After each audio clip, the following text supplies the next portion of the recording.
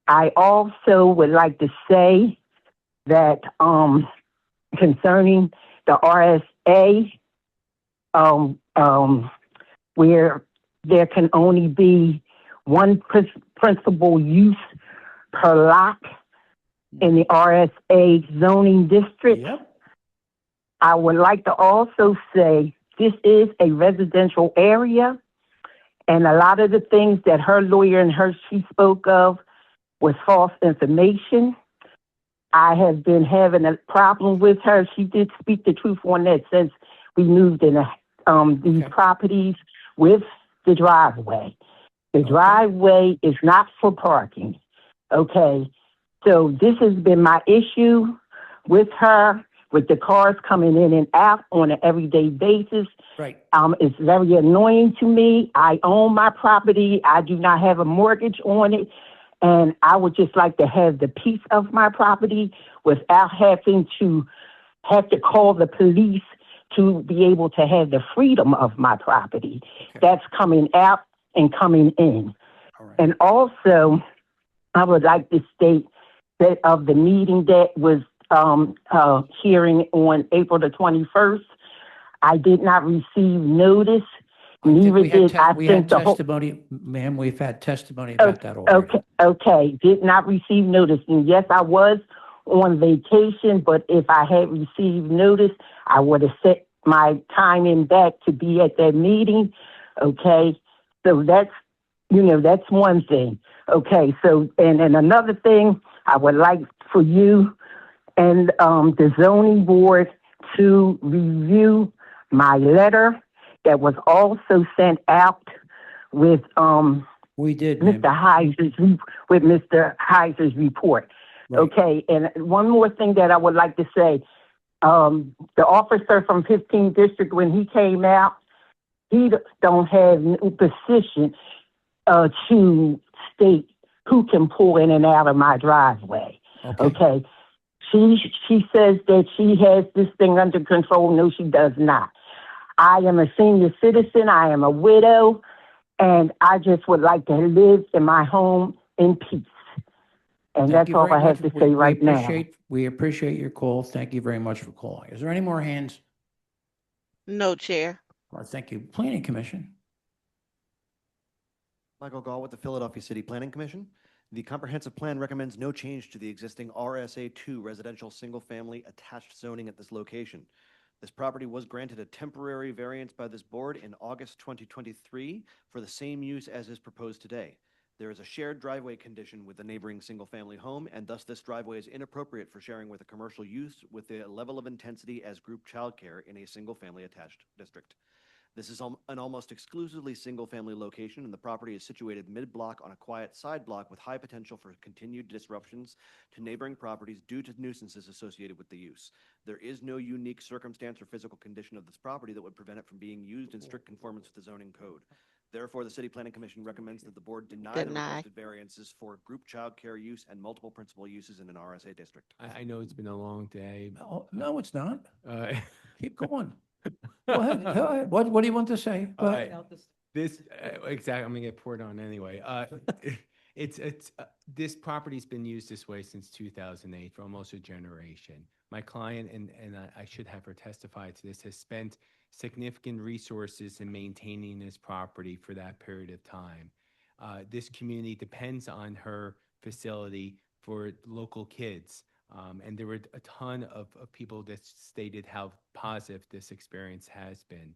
For all those reasons, and based on the doctrine of vested rights, which I believe would apply here, given her detrimental reliance on this use over the course of a generation, I would ask that the board grant not only grant the variance on a permanent basis. Thank you. So thank you for your testimony. It was a lot said, as you know. So what I'd like to do is really just take next Wednesday in the morning, sit with the board and get everybody's feel where we stand with this, and we will vote on this at 2 p.m. Thank you very much. Okay? Have a Thank good you. night. Thank you for your day. Does anybody on the board have to go anywhere? Because we only going to read a couple of things that you don't have to. I mean, has anybody got a pressing meeting? Or nobody wants to go out? Everybody's going to stay here. Let's sneak up. Let's sneak up. It's only 3 in the room. Easy. Hillary, go with the preamble too? Pardon me?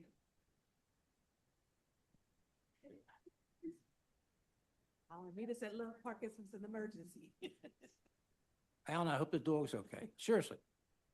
Yeah, did he take him home right away? Yeah, he had surgery. He's at home. Oh, good,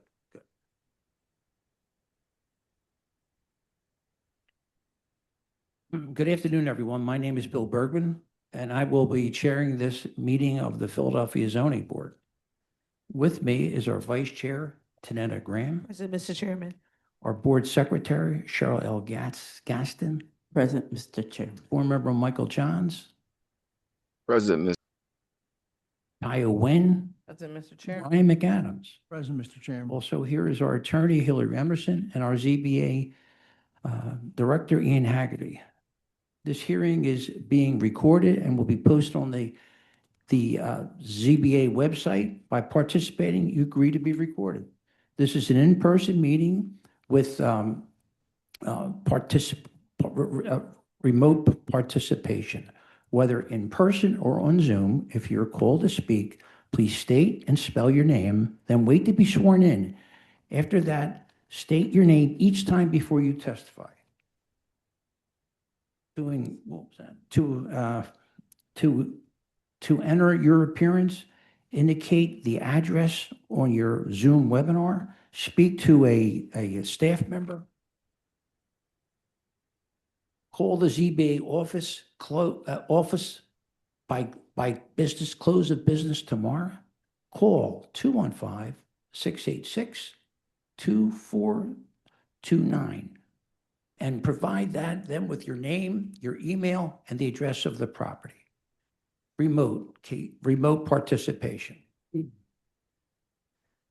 Raise your virtual hand when directed so that we can let you speak. When you are called to speak, make sure that you click the join as a panelist button. Use the Q&A button, the Q&A only for talking about procedural issues, not the cases themselves. And if you join by phone, press *9 to raise your hand and *6 to unmute. There's no one here to tell them how to do it here. So let's go to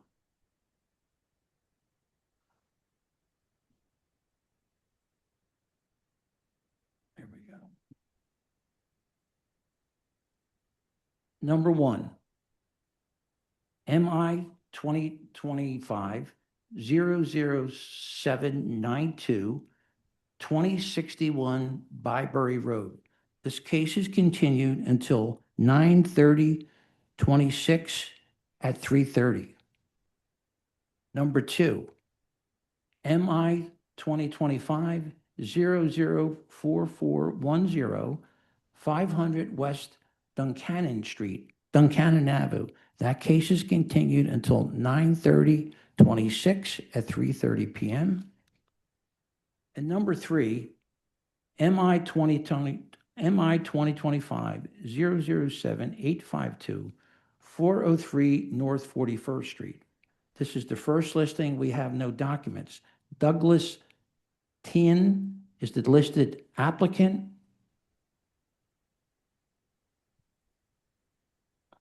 I see no hands, Chair. Okay, so that MI 2025-007-892, 403 North 41st Street. That case is continued until 9/30/26 at 3:30 p.m. and will be marked must be heard. Is there anyone in the audience whose case has not been called?